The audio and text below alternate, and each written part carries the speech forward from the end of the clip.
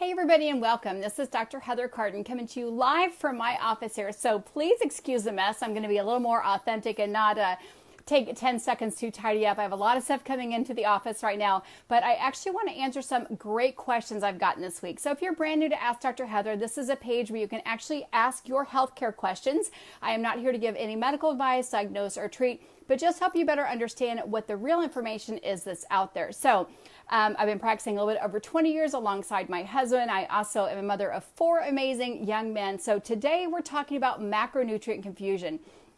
People ask me all the time, like, what do you mean by macronutrient confusion and why would you want to create that? So I'm going to be a little fun here with my props today. I just ran to my refrigerator, which praise God is now working. My refrigerator was out for 3 weeks.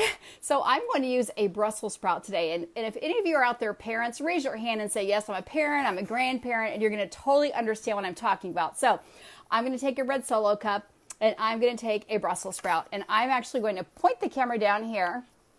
And thank you guys for joining me. Let me know where you're coming from. So I'm taking the Brussels sprout. I'm going to hide it here. I'm going to move it from place to place. You know what? If I ask you guys what's underneath the cup, you're going to say, there's a Brussels sprout, right? There's a Brussels sprout. So that was not confusing at all to any of you guys. Kind of like when you're a parent and you're like, the kid has got like blue stuff all over their face and you're like, who ate the blue candy? Pretty obvious. So this is the same thing. When your body's absorbing nutrients, we're kind of asking your body to do some different things. So when we do this, and I cover it, sorry, I'll do it up here, right? 1 cup, 1 Brussels sprout. Everybody knows there's a Brussels sprout underneath. But however, if I take 3 cups, I try to do this so you guys could see the camera. If I take 3 cups or more, let me just take 3 cups here. I'm going to use this same 1 Brussels sprout. Probably better with the marble, but I'm going to hide it underneath one of my red Solo cups so you guys can see that. I'm trying to see if you can see that or not. So sounds like it's better if it's out here. So I've got 3 cups, and I'm just going to move them all around. And again, we know there's 1 Brussels sprout, right? So this creates confusion in your brain, which is actually good because it makes your brain think, where did it go? Where did it go? Where did it go? I probably need that. Where did it go? So where's the Brussels sprout? Is it here? Nope. Is it here? Nope. It's right there. So when we're talking about macronutrient confusion, this is exactly what we're talking about. We have 21 essential amino acids, which means we cannot eat one protein source that gives us every single amino acid that we need. We have different trace minerals, vitamins, nutrients. There's not just one green leafy vegetable that you can eat that provides all those trace minerals and macronutrients. So when we're talking about creating macronutrient confusion, number 1, we're talking about creating variety of foods. If we're always just having the one and your body, oh, there's chicken again, I'm just going to get those amino acids. And your body does, oh, I'm getting chicken again, I'm just getting the same amino acids. Well, Dr. Simeon found that if you eat the same foods for exactly 4 days, whether good or bad, your body actually creates a stall or plateau because it thinks, oh, I'm not going to get the rest of the macronutrients. I'm not going to get the rest of the nutrients. I'm not going to get the variety of amino acids. I better hold on to what I have. So if we eat the same thing for breakfast, lunch, and dinner, then our body creates a stall or plateau because it's almost thinking, I'm kind of in the starvation mode where I actually need the variety from the other vegetables and minerals. So number 1, macronutrient confusion is not eating the same food 4 days in a row. That means if you have chicken on Monday, don't have it again until Thursday. If you have beef on Tuesday, don't have it again until Friday. If you have fish on Wednesday, then don't have it again until Saturday or Sunday. So it's rotating all your meats, it's rotating all your vegetables, and it's rotating all of your fat sources. So don't just cook with coconut oil and make coconut fat bombs. Use different things. You don't just want to have one nut butter. You want to have nuts and seeds and variety. And really, here in Kansas, we have 4 different seasons. So we get the amazing opportunity when you eat local to eat different things in different seasons, which creates macronutrient confusion. But because some of us don't live in different seasons and different things grow all year long, like somebody could correct me, I think oranges grow all year long in California. We know that in Kansas you can have summer wheat and winter wheat, so we actually could grow wheat almost all year round. But so meal planning, great question, Marie. So when we're creating macronutrient confusion, number 1, eat a variety of protein, variety of nuts, and a variety of carbohydrates. So that's mixing up your vegetables, whether they're yellow vegetables or green vegetables or red vegetables. You want to create confusion. Number 2, our energy expenditures are not the same every day. There's no way that I burned exactly the same kilocalories yesterday as I burned a week ago last Tuesday, as I burned like 2 months ago last Wednesday, or I'm going to burn tomorrow. So when we can really identify, I'm going to eat when my body body's hungry, then you're feeding your body for energy. Because remember, we need three things to survive. We must have oxygen. We can just go a few minutes without it. We must have water. We can only go about 3 days without water. And then we need to get energy. We can go a few days without eating, but we start to identify when my body's hungry. That's your body saying, hey, it's time to eat. So if we do that thing and we wake up, we shower at 6:30 a.m., we have our breakfast at 8 a.m., and we have our lunch at 12 o'clock, you're not creating macronutrient confusion. You're not actually giving the supply and demand for your body saying, okay, I need less calories today because I kind of just laid around the couch yesterday and watched TV, or today is not a workout day for me, so it's really not, I don't need that many calories. So when you start eating to feed your body for nutrition and for energy, you might have breakfast at a different time of the day. You may have lunch at a different time of the day. You might only eat 2 meals that day because your body didn't need that calorie deficit. So macronutrient confusion is number one, variety of foods. Number two, it's actually listening to your body, so eating at different times. So if you're doing intermittent fasting, that may be eating your first meal at 9 a.m. one day and your last meal at 3 or 4 p.m., or maybe one day you're eating at 12 p.m. and your last meal is at 6 p.m. So if you're creating that macronutrient confusion, you're feeding your body when it needs energy, because when you eat when your body doesn't need energy, it just stores it, kind of like your savings account for a rainy day, in the form of fat, which most of us are trying to get rid of, because we know fat is actually a hormone that stores an amazing abundance of toxins. So number one, variety of foods, food sources. Number two, eat when your body's hungry and create different intermittent fasting hours, and always have your last meal 4 hours before bedtime. That doesn't mean if you're out till 2 a.m. you should eat your last meal at 10, but you want to be consistent.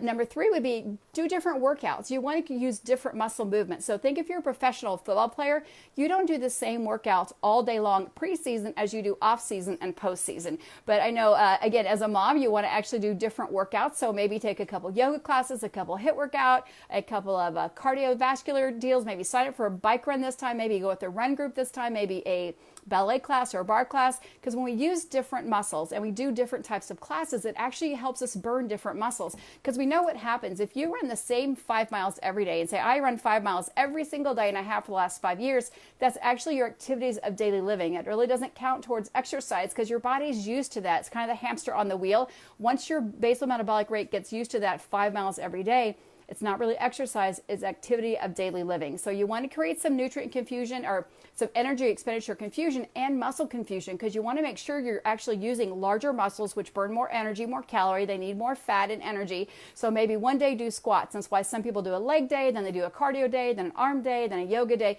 You just want to mix that up. You don't want to do the same exercise every single day, the same kickboxing routine every single day, or the same treadmill or bike. You just want to mix that up a little bit. So those are the three really easy things that I see that I help people just saying, well, how do I actually create that confusion, and why would I want to create confusion?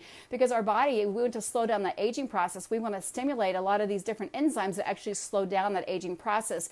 There are two things you never want to change, though. You never want to change your sleep time. You always want to have amazing sleep hygiene. Sleep is that secret weapon that we know that's when our body repairs, rejuvenates, restores, and we need that every day. So we want to be consistent if your job allows you. I know some people work a swing shift and they aren't able to, but you do want to set that internal clock or that basal metabolic, that circadian rhythm, so you're always going to bed at 10 or 10:30 or 11 o'clock your time. That way your body's always waking up, because as adults we need at least 7, no more than 9 hours. So that needs to be constant. Your bedtime routine or your sleep hygiene I talk a lot about. Number two, your water intake. That's not up for negotiation. That's not up for variation. So on the standard day, you need half your body weight in water. If you drink much more coffee, you work outside, you're in a hot and humid environment, maybe your job is a referee and you run around all the time, or a PE teacher, you actually need more water than other people who are just sitting at a desk job. But do know that if you work in a big industrial plant, we know these big high ceilings can pull a lot of water out of your body. Home HVAC system, office systems, big stores, those big HVAC systems can pull a lot of water out of your body. So you always want to be consistent with having at least your body's weight in water, and a little bit more if you're in a dry environment, a little bit more if you're actually working out or having additional caffeine, you need additional water. And then again, you never want to go astray from having a positive attitude. So there's 3 things to mix up and 3 things to maintain constant. So, and we talk about doing a food diary, because that was a great question. And yes, hello for wherever you guys are coming from. So when you start to create macronutrient confusion, say the easiest thing for me is to mix my workouts up, because maybe you just go in there and you get on the treadmill and you do the same thing in the same circuit.